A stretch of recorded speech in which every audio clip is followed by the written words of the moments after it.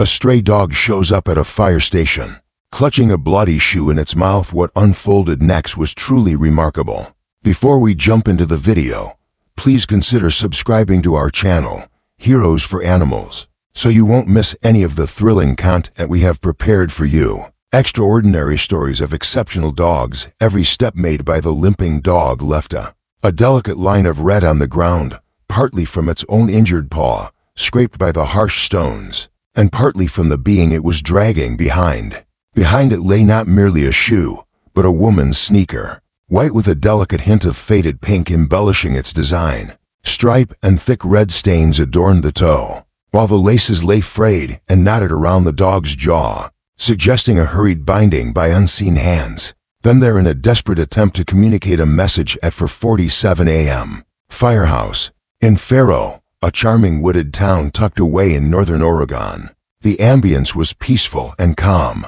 Amidst their shift, the firefighters savored their burnt coffee, only partially attuned to the persistent buzz of the dispatch. The radio, that's when they noticed the scratching, subtle at first, then the low guttural whine. It wasn't the usual scratching of a stray creature begging for scraps. It was filled with desperation. Desperation enveloped him as Lieutenant Jackery swung the door open, coming to a standstill in the warm amber light. The glow from the overhead lights exposed a German shepherd, matted and dirty, quaking in its ribs protruded beneath its coat. But what truly held Jack's attention was the shoe grasped tightly in its mouth. With the laces soaked in crimson, the dog dropped the shoe at Jack's feet, looking up and barking once. Just once. It was intense, pressing, and filled with an essence that made the hairs stand on end. Jack experienced a shiver coursing through him as they leaped into motion. In no time at all, Jack and the firefighter arrived at the location.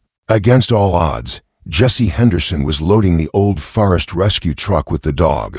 Protocol slid into the passenger seat, eyes locked on the road ahead, as if it held an inherent wisdom, while they lingered in doubt. Even asking questions about the dog's eyes expressed more than words ever could. After a brief span of 10 minutes, they reached at the edge of the tree line, behind Old Mill Road, there existed a neglected spot, rarely frequented by anyone in recent times. Not since the fire 10 years ago that devoured half the forest, and turned the rest into a haunting landscape of blackened remains. Among the trees, the dog leaped from the vehicle and raced into the woods, leaving Jack momentarily paralyzed in his spot. "Are you sure we're following a dog?" Jesse's voice had a gentle quality. "Simply observe that." "Jack, do you honestly think it pulled that thing along without any purpose?" They chased it at first. The path was barely visible, merely a subtle impression in the vibrant, dense moss. Scattered broken twigs, with the occasional fresh drop of crimson. The dog stayed unaware. It neither barked nor whined. It advanced with intent, as though propelled by a distinct objective. Was reflecting on every move it had made before, and now was following the path again with a passion that sparked its very core.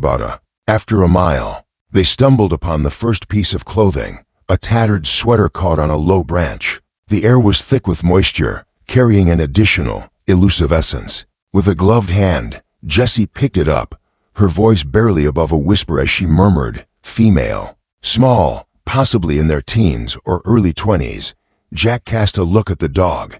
It had paused, ears alert, leaned forward, body tense. Then it let out a soft, almost imperceptible growl, and began to progress with greater urgency as the sun ascended, creating stretched, golden shades flickered through the branches, and in an instant, the dog halted, ensnared in a fleeting pause. In a secluded clearing, choked with undergrowth and traces of past flames, rested a heap of leaves and detritus. At first glance, it seemed like an ordinary moment, but then the dog came closer and gently nudged it with its paw, then cast a look back at them. Jack took the initiative, crouching low to sweep the leaves aside. Beheld it, a hand, ghostly and marked by earth, quivering, yet breathing. Jessie descended too. With her knees beside him, he inquired, "Mum, can you hear me?" The young woman's eyes fluttered open. Crimson stains tainted the side of her head, her lips dry and cracked as she whispered gently. "Help!" Jessie called out, her voice quivering. "Welcome to the fire station." A young woman in her early 20s has been found unconscious, showing clear signs of head trauma. Injuries and indications of exposure require prompt medical attention. Jack looked on with focused intensity at the dog, now sitting quietly beside the woman, its tail thumping softly against the earth. Its eyes, they were not the eyes, no longer lost, but the gaze of a protector, help arrived in mere moments. Subsequently, the woman was rushed to County General, her condition critical as a result of hypothermia. Despite suffering from blood loss and blunt force trauma, she remained alive until the ambulance door swung open. With a steady hold on Jesse's arm, she leaned closer and murmured something strange, suggesting an unseen presence hiding further within, beyond their awareness. What it represented. Yet as the dog watched the ambulance leave, it remained still, pivoted, and, as Jack began his journey back into the woods, he exchanged a significant look with Jesse. "What are your thoughts?" "We follow," she declared, and with that, they plunged further into the depths of the forest, chasing a roaming German shepherd, its snout stained with blood. Into a realm that had been undisturbed for over a decade, they pressed on. Uncertainty hung in the air, a palpable tension surrounding what lay ahead. Yet the dog appeared to possess an understanding, and its journey was far from over. As they moved deeper, a profound stillness surrounded them. No birds chirped, no leaves rustled. Only the crunch of boots on the damp earth intertwines with the gentle steps of the dog, forging ahead with the resolve of a soldier on a mission. Jack adjusted his radio again, the static unwavering. "Out here, the signal's pretty weak," Jesse noted. "We're moving forward without any guidance."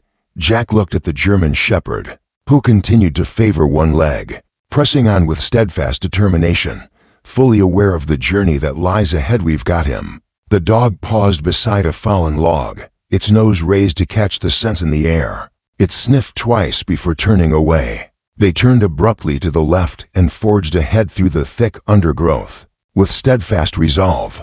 As the minutes ticked by, first 10, then 20, it was only upon reaching a small ridge that the atmosphere began to shift. Half overtaken by moss and roots, they stumbled upon an old, forsaken shack. Teetering on the brink of collapse, the aged planks displayed a muted gray hue, yielding to the ravages of time, while the roof leaned awkwardly. Collapsed, devoid of windows, merely dark slits cloaked in dirt and the passage of time. Yet, the door was marked with fresh, deep scratches, suggesting a frantic attempt to break through. Or out. The dog stayed quiet, neither barking nor growling. It merely sat by the door, whimpering for Jack. Softly said, "That's not fear, that's sadness." Jessie moved closer, placing her hand on the small. With the flashlight fastened to her vest, she inquired, "Shall we proceed inside?"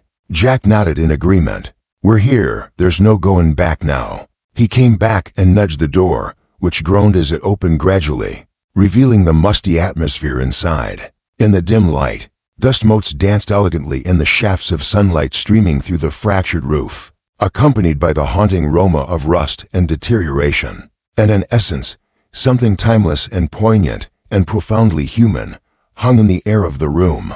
Almost empty, a metal chair anchored to the floor, a bucket positioned in the corner, and a few ropes, coiled and stained on the ground. But it was the object at the center of the floor that made Jessie gasp. Another shoe. Small blue outfit adorned with a whimsical cartoon design, marked by a streak of crimson along the edge. A dog came closer, gently bumping the shoe with its nose before looking up with soulful eyes. "We're steeped in sorrow and hopelessness. Yet another casualty," Jack whispered, "a young soul." Before a reply could be given, the dog suddenly stiffened. Its ears perked and focused on the back of the shack. Then it let out a deep, rumbling growl. The kind of growl that resonated not from fear, but from sheer rage. It caught Jack off guard and Jessie rushed to maintain pace, navigating through the debris of fallen beams and bending low to avoid branches. As the dog sprinted around the shack and into the woods once more, it wasn't mere chance, it was a pursuit, following something or someone. Carlo was. Breathless, I pondered the destination he had in mind. Jack kept his thoughts to himself, yet he was resolute about one thing. The dog had stopped its frantic running. It was now focused on the hunt. The trail led them further into the forest, where the trees stood tall and the underbrush became a dense maze. Vines and shattered branches cluttered their way, and on multiple occasions, they almost lost track of the dog, yet it, ever present, looking back as if to urge, "Quickly, time is slipping away. Time." And then, just like that, it stopped. The clearing was unassuming, barely stretching across a dozen feet. The expanse was unmistakable, yet it was clear that a presence had lingered not too long before. A water bottle wrapped in a blanket, accompanied by a purple backpack with a worn strap. The name embroidered on the back sent a chill down Chloe's spine. Jessie's voice quivered, betraying her apprehension. Jack settled into a low stance, bracing himself for the impending events. The blanket retained its warmth. She had only just been here, but where had she vanished to now? The dog took a deep breath again, then suddenly turned its head toward the ravine, just beyond the clearing without. As they lingered, it leaped ahead and disappeared down the incline. Jack and Jessie pressed on, carefully maneuvering through the challenging, slick, and treacherous landscape. As she descended, Jessie's foot lost its grip. She fell, limbs thrashing, until something. She grabbed her jacket, while Jack the dog, with his teeth firmly gripping the fabric, prevented her from moving forward, just sufficient for her to find her footing once more. Upon reaching the bottom, she cast her gaze upon the animal, breathless, still in pain, yet resolute to move forward. "You are more than merely a traveler," she observed. "Softly, you're a soldier." The ravine opened up into another clearing, this one. In a shadowy, more intimate corner, at the center of it all, there stands a girl, maybe 8 years old, her bare feet touching the earth, her knees pulled close to her chest. Her scraped face was ghostly, and her eyes were filled with dread as she realized she was bound to a tree with tattered rope. A slender figure loomed above her, wrapped in a gray hoodie, with his back facing them. The dog emitted a fierce growl, now consumed by rage towards the man. He turned, unveiling an object in his hand, a knife, not lifted, not yet, but his. Those ice eyes that revealed a deep understanding of being found out. Jack brandished his service weapon, demanding hands to be visible. The man stood frozen as the dog inched nearer, its teeth bared menacingly. Jessie rushed toward the girl gripped the knife firmly, slicing through the rope with unwavering resolve. The man's hand trembled, and that's when the German shepherd surged forward. It was quick, intense, a flurry of fur, and, in a surge of anger, the man yelled as the dog barreled into him, hitting him squarely in the chest and knocking him off balance. The blade fell from his fingers. With a swift motion, Jack sent it flying and drove his knee into the man's back, asserting, "Stay still," yelled, holding him back. Jessie held the girl close, having freed her at last. "Chloe, darling, you're safe now. You're safe." The girl held on tightly, tears streaming down her face, with the dog beside her, limped toward them, breath coming in ragged gasps, blood trickling from its paw again. But it continued to push forward, its head gently resting against Chloe's side, letting out a soft, fractured whimper not from. The bittersweet wave of relief enveloped him. They had located her. Yet what haunted Jack the most as he remained there, with weapons poised and adrenaline surging through my veins, that dog had achieved one thing above all others. This lonely life, lacking a symbol of authority, a companion, or a means of expression, an undeniable force of instinct and feeling guided them to that place. As they nestled into the back of in the ambulance, the girl curled up beneath a foil blanket, shaking despite the warmth enveloping her. A young girl, Chloe Garcia, 8 years old, has been missing for the last 3 days from her town. More than 40 meters away, her photo had circulated online for days, yet no one thought to peer into the heart of the forest, where stillness prevails, interrupted only by the serene figure of a German shepherd, resting peacefully. Beside her now, eyes shut and breath coming in heavy gasps. The paramedics had attended to his wounded paw, but older scars lingered. To those that shared a story even more moving than the one they had just lived through. Jack lingered near the side door, arms. She crossed her gaze, fixated on the man who had captured her interest. His name was Lucas Pierce, a 43-year-old person facing homelessness, with a criminal record spanning the states. mainly related to minor theft offenses, yet marked by one major conviction from over a decade ago. He experienced unlawful confinement and endured 5 years, although it appears that was not the reality. As they rummaged through his shack, they stumbled upon a collection of sketches, images, maps, cords, and containers. Food, but there was an intriguing secret tucked away in a plastic bag beneath the. As she stood there, the floorboards groaned softly underfoot, and her fingers traced the contours of a weathered leather collar. The name tag, dulled with age, bore the name Max. Jessie examined it closely, turning it over in her hands. This was in her hands, a possession of the dog. Jack nodded slowly, and it seems clarity has dawned upon me. After hours of trauma screening and medical care, they transported Chloe to the hospital, and she ultimately, her voice surfaced, soft and gentle, as he continually promised her that someone would arrive for her. Before long, I became aware of the lingering aroma he had imparted. The moment I laid eyes on the dog, Jessie, the significance became clear to me. She asked gently, "Did he ever hurt you?" Chloe just shook her head, saying that he only watched her. He indicated that he was looking forward to someone's arrival, implying they would remember where to look. He frequently caught himself whispering softly, "Jack," exchanged a glance with Jessie that communicated more than mere intent to inflict harm on a child. It revealed something profound. A person awaiting a comeback at the precinct, as detectives immersed themselves in their inquiry. In the depths of his past, Lucas Pierce had once been the owner of a dog, a trained canine reject known as Max. A German Shepherd has been removed from the academy after failing an obedience reevaluation. Reports suggest that the dog disappeared 5 years ago during a domestic conflict involving Pierce and his family. Marissa Caldwell, the girlfriend, vanished without a trace, leaving behind only an enigmatic trail. Crimson trails snaked through the forest behind the Pierce property, the jackwoods they had recently navigated. Jessie sat in stillness, lost in thought. As the fragments aligned, the crimson-stained shoe emerged. It was not Chloe's, Jack affirmed. Gradually, Marissa arrived at a profound understanding that hit her with the force of a freight train. The dog hadn't just uncovered Chloe. He had led them back to the source, to the exact place where everything began. He had come back to the place he had escaped from 5 years prior, carrying the weight of a loss experienced on his journey. He had been wandering aimlessly, passing the time watching and tolerating it all from a short distance.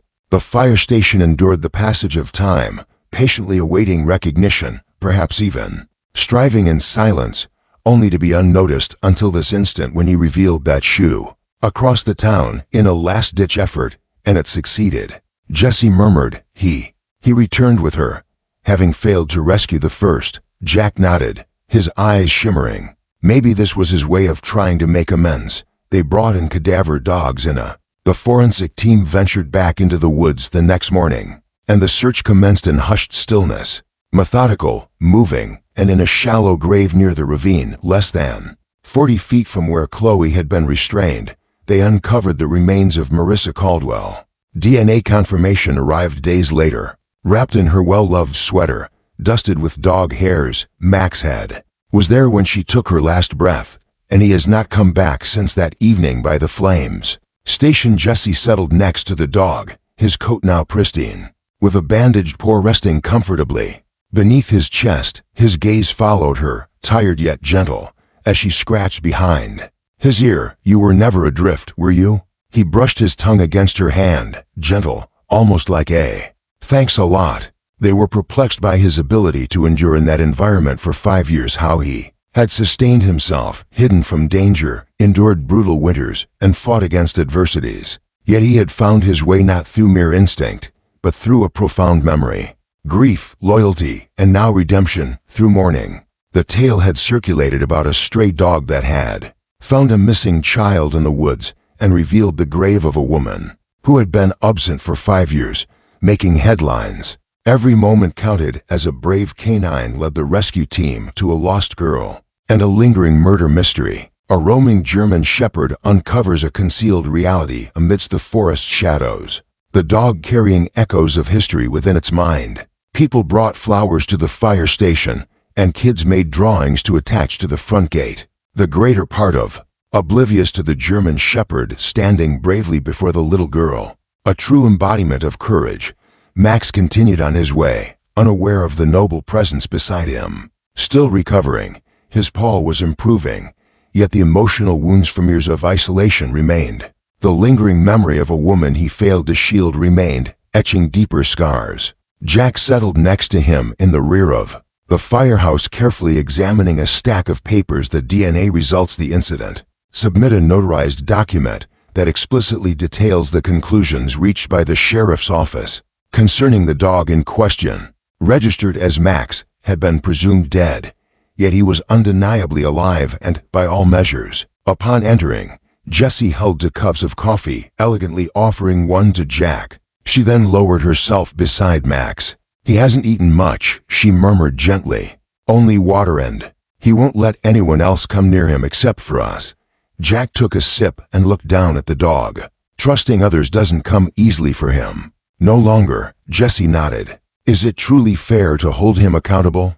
In the days that followed, they made their attempts. Every trip to the vet, careful introductions, and even short strolls along the forest's edge to gauge his curiosity. Return, yet Max would halt midway, pivoting to settle by the station door as if declaring, "I've already contributed enough out there." On the fourth day, a woman appeared at the firehouse. Her name was Lily. Caldwell, Marissa's younger sister, hurried in from Seattle the moment she got the news, her hands shaking as she found the tattered collar hidden beneath the shack floor. "This was his," she murmured. "In the past, she would send me." Images showed that he consistently stood by her, particularly following her difficult relationship before Lucas. Max brought back her feeling of security. Her voice quivered as she thought about how she would have never dared to step into the woods, devoid of his presence. Jessie led her inside, where Max rested serenely on a blanket. The posture stayed rigid and watchful, yet as soon as Lily stepped in, the atmosphere transformed. He lifted his gaze, focused intently, took a deep breath, and then, with a deliberate and labored motion, he stood and moved ahead with a limp. His head collided with the floor as he leaned into her legs. Lily dropped to her knees, gasping, "Oh my God, Max." He stayed quiet, not barking or whining, just letting out a breath as if he had. "For 5 years, it has been my burden." That night, Lily asked a question that had haunted me from the start. "What comes next?" After a lengthy pause, Jack finally shattered the quiet. "We've gotten adoption offers," he announced. "From police departments nationwide. Individuals are expressing their desire to pay their respects. Many are enthusiastic about doing so." To bring him back into action, Jessie cast a look at Max, who was peacefully dozing off. Next to Lily's chair, "He has undoubtedly exceeded expectations." Lily hesitated. "I want to take him. However, I have 2 young children, and I'm concerned about the challenges he has faced." Uncertainty hung in the air regarding his readiness for that kind of life. Jack nodded, signaling his grasp of the circumstances. Organized a meeting with the town council, the fire chief, and a carefully chosen group of reliable citizens who they had been involved in the search and rescue efforts, and they were hesitant to put Max through another traumatic experience, particularly not more kennels. There were no more unfamiliar faces, yet his decision remained a mystery until the dawn of the next day. It started just before the first light of dawn. Jessie arrived early to check on his progress, but the blanket lay abandoned, igniting a surge of panic within her. She raced through the station, anxiously inspecting each gate. In the side yard, she spotted him. Max remained frozen at the edge of the trees, his tail unmoving. As she peered into the tranquil embrace of the forest, quiet and serene, Jessie moved forward with gentle steps. Crouched beside him, you inquire whether he wishes to return. He remains silent, his gaze fixed on the horizon. The woods, following a lengthy silence, he shifted his gaze to her, then leaned in, and he gently pressed his nose into her hand and then, with a subtle limp, made his way back. "The station," Jessie murmured, "back home. All right, we'll remain. You've done enough out there." From that moment on, Max became something far beyond a stray, more than just a rescue dog. He emerged as a beacon of a station created a private space for him, complete with a bed, a window, and a charming little corner. Plaque that read Max the one who remembered.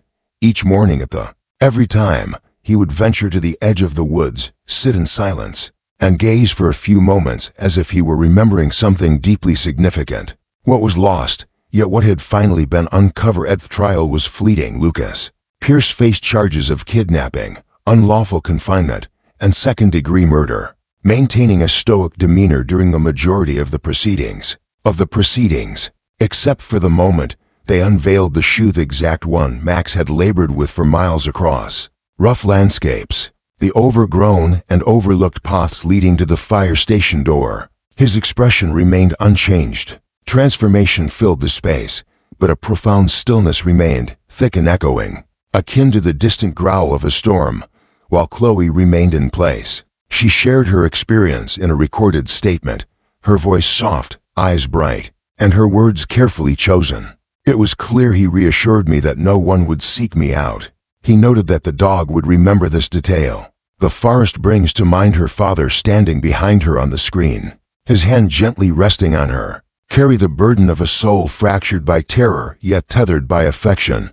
And as the arbiter, the sentence of life without parole was pronounced. There was no jubilation, merely a feeling of relief. Just a breath, at last set free, only tears for Chloe. Her recovery was gradual. She had nightmares made her jump at unexpected sounds, and she wouldn't sleep by herself, yet her parents stayed close to her community, surrounded by its warmth. As she began to bring back one of her initial illustrations, she portrayed Max standing in. Before her stood a figure, a nose marked by crimson, eyes brimming with both grief and strength, as his tail wrapped around her in a protective, almost tender manner. With a title such as The Dog Who Found Me, she contemplated her journey. As her therapist pointed out, it was indeed her story. Each week, Chloe would delve into the Jack matter, exploring the method of transforming fear into power. After a while, I finally encounter him once more. They agreed to the gathering. On a crisp Sunday morning in November, they convened at the fire station yard, where the team had crafted a charming little arrangement. Chloe moved with care, cradling to steaming cups of cocoa and a cozy blanket for Max. He recognized her right away. There was no barking, no jumping, only a serene stroll. She tilted her head forward, gently resting it against her petite chest as she held on tightly. Her heart brimmed with delight, reminiscent of finding a beloved plaything that had long been lost. A smile danced upon her lips, and 2 weeks later, a ceremony unfolded in the city, graced by the presence of the mayor, news crews, and firefighters clad in their complete uniforms. However, the most crucial element lingered unspoken. Max lingered beside Jack and Jesse, his coat cascading elegantly around him. With a refined and elegant look, a newly fitted vest hugged his figure as the fire chief stepped into the room, came forward with a small wooden box, and opened it to unveil a medal of valor for fearlessness unleashed, for loyalty unconfined, for leading us in the void of companionship. Jack knelt next to Max, meticulously fastening the medal onto his collar. He was never just a wanderer, he proclaimed into the microphone. He was anticipating. As we came together to hear, the air was heavy with feeling. Not when I stayed dry in the square that evening after the illumination had dimmed and the crowd had dispersed. Jesse found Max lounging beside the fire truck, his head propped on his paws, eyes fixed with keen interest. In the quiet of the dimly lit lot, she took her place next to him, pulling a wrinkled note from her pocket. In a gentle tone, she started to recite it. It was from Chloe. My dear Max, I wish to convey my heartfelt appreciation for your bravery in my times of fear. Thank you for your remember, I love you, Chloe. Jesse looked down as Max's tail thumped once, smiled. I believe that suggests he got the message.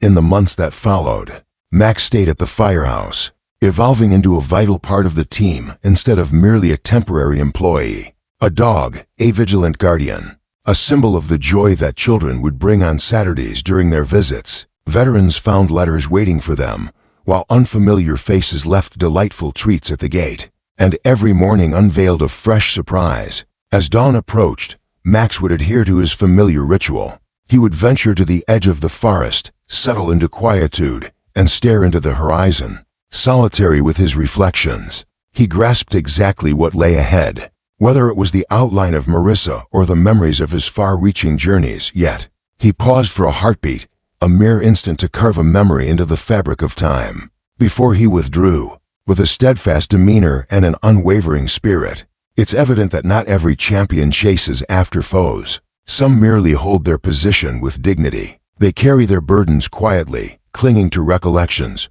remaining watchful, protecting. And when the time comes, as the time comes, they lead us homeward. Max took that step, and through his actions, he highlighted a crucial lesson for everyone. Sometimes, the line separating the earthly and the divine is subtler than we understand. The footage of Max being awarded his medal attracted more than 8 million views in just 3 days, after it was shared by a firefighter. My teenage son, who simply named it "He Wasn't a Stray," conveyed that he was waiting there. No dramatic music, no flashy edits, just raw footage capturing the moment Max hesitated. As the medal was secured to his collar, he blinked slowly, as though the weight of its meaning slipped through his grasp.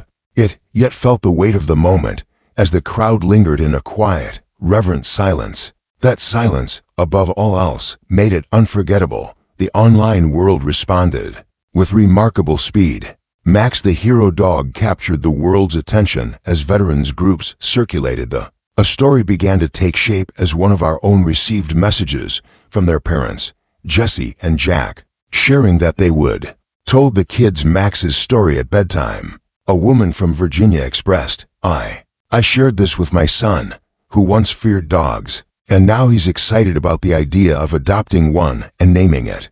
A young individual in Germany submitted a hand-drawn illustration of Max, portrayed in a superhero cape, soaring above trees alongside the word, boldly inscribed in vibrant red crayon. Renowned figures communicated their news to various media channels, viewed the clip once more. Yet it was the handwritten letter that struck a chord with Jesse the most. Crafted by a man named Robert Henley, the former sheriff, now in hospice care, reflected, in 47 years of service, I've witnessed astute allies, wise entities, yet never one who led us to truth merely through memory. That being holds a spirit. She carefully tucked that letter away, folded neatly in her back pocket for weeks. Yet, not every reaction was apathetic in Fair Grove, the charming town where Max first limped into the fire station. On a brisk morning, a gentle shift took place. People started to slow down, their rhythm evolving as they strolled leisurely. A multitude of canines brought forth delightful treats, carefully ranging them in a charming wooden box beside the station entrance, complemented by a lovely hand-painted sign that plainly expressed for Max's friends. Community schools initiated an annual celebration. Max Day was an occasion where children immersed themselves in understanding animal empathy, rescue training, and the essence of loyalty. Max himself, however, stayed in attendance. Humble, he never sought attention, nor did he recognize the lenses or the cheers. He quietly watched, absorbed the sounds, and protected the gatherings that would sometimes form. Particularly a certain girl Chloe often visited. She was healing more with each passing day. Her laughter returned, soft initially, then becoming more vibrant, and with each visit as her bond with Max grew stronger, she began weaving story-short narratives about a brave dog who dwelled in a woodland, reclaiming not just wandering spirits, but also neglected recollections. In one of her works, the intertwining of mysteries and the passage of time is beautifully captured. As she wrote, the dog didn't bark much, yet he remembered everything he knew about deception. He could feel when someone was being dishonest.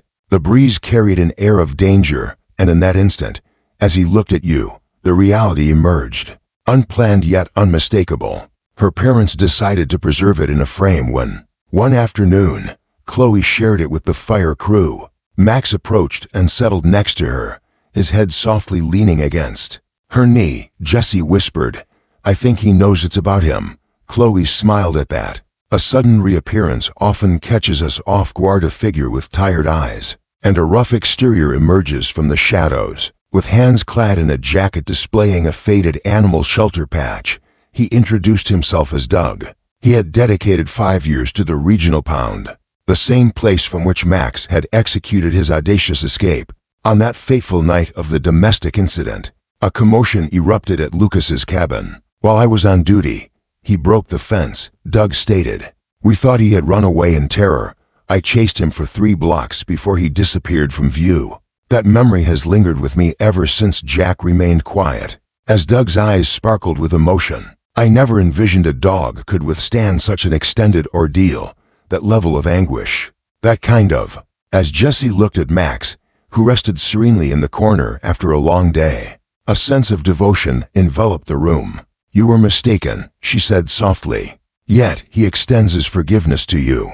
Doug nodded, brushing the sweat from his brow. I think he absolves us for that evening when Jesse lingered outside with Max, and the night sky unfolded like a beautifully woven tapestry of stars as she relished her tea. With Max nestled beside her, his breath a soft and soothing rhythm. With a tranquil expression, her eyes gently lowered yet observant, she remarked, You achieved what others could not. Softly murmured, You remembered and you persevered.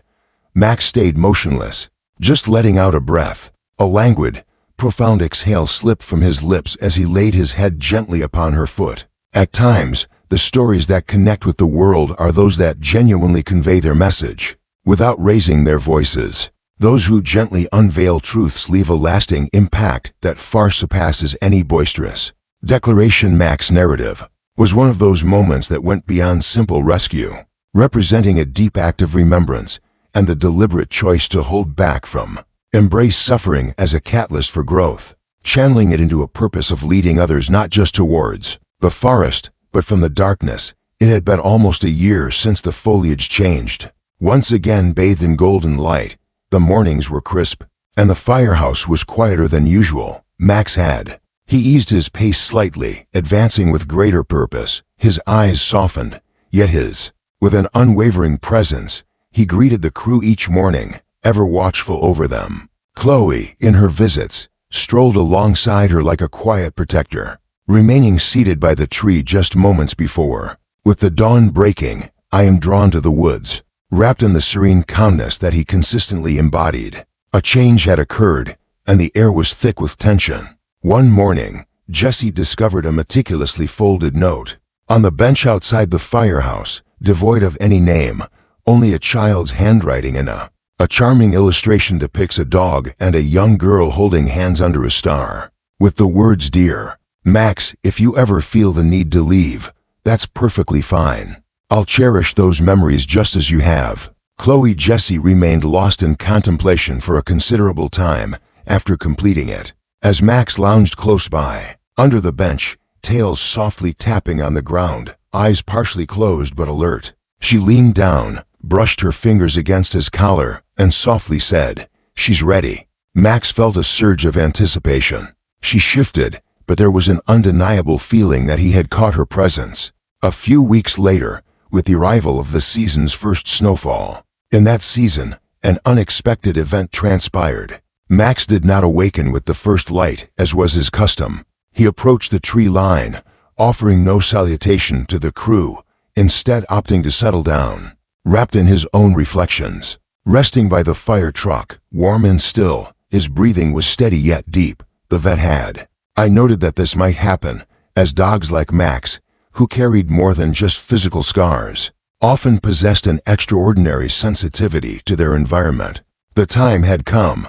They stood firm. They grasped their chance, and Max had made his decision. On that serene afternoon, Jack, Jesse, and Chloe gathered. Chloe wore a striking red outfit, snatched the jacket that Max had once teasingly pulled during a spring stroll. She knelt beside him and set a small box on the floor, her drawing meticulously folded within. In a soft murmur, she announced, carefully, It's yours now. Max blinked slowly, his tail thumping gently against the earth. He let out a long breath, and in an instant, he vanished. The community mourned, illuminating candles to honor his memory. Outside the station, candles danced in the breeze, accompanied by dog treats, heartfelt letters, vibrant flowers, and a child's cherished toy, with a shoe that carried the burden of meaning and tears shimmering in the waning light. Jesse climbed the hill, stretching toward the horizon as the sun sank below. Beneath the canopy of the forest where they had once chased him through broken twigs, And forgotten trails, there beneath a looming. In the pine, they laid him to rest, no headstone marking the spot. Just a plaque carved into the wood, Max, the one. Who remembered the one who returned? Yet Max's story was far from finished. In the spring, the town built a charming park where the once thick woods had stood, cloaked in unease. They called it Memory Grove, and there was a winding path known as Max's Trail meanders through the scenery, and at its heart, beneath the majestic pine, lies a stone, a bench that beckons passers-by to pause and absorb the gentle murmurs of the breeze. From time to time, Chloe would stop by after school, seeking comfort in the stillness, translating her reflections onto the page. After a while, she would look at the trees and smile, as the memory of the last letter remained, having arrived weeks earlier. Later, Jessie opened her mailbox to find a small envelope decorated with a charming paw print sticker, in a communication from the mayor's office, along with an attached posthumous certificate, recognition of courage to Max for outstanding commitment and protection. In the journey of existence, the quest for truth, and unwavering loyalty to those in greatest need, she carefully placed it in a frame and hung it next to his old collar. And each day before she departed at the station, she would steal a glance and gently whisper the 3 words, "Thank you, Max." Frequently, the deepest form of rescue rises not from a place, but from the quietude. We carry the burden of our guilt, hide our suffering, and choose silence. Max found people, not just amidst the forest, even in their wounds, and through that gesture, he healed more than he will ever comprehend. Comprehend that he needed no words. He remembered, and now we will as well. Max transcends the role of a mere rescue dog. He embodies loyalty, resilience, and mental fortitude. His challenging journey not only led to Chloe's salvation, but also unveiled haunting secrets, culminating in the rescue of a woman who had vanished for 5 years. Despite facing abandonment and the anguish of loss, Max persevered. He drew upon his instincts and unwavering love to steer us toward a brighter future. The lesson Max imparts is one of unwavering loyalty and boundless sacrifice. His narrative serves as a poignant reminder of the significance of perseverance and determination in safeguarding what is genuinely important. Even amidst challenges, when we remain steadfast and resolute, the outcomes will prove to be invaluable. If you appreciate Max and heroes of his kind, be sure to comment 1, hit like, share, and subscribe to stay updated on more heartfelt and significant tales. Thank you for being part of this journey.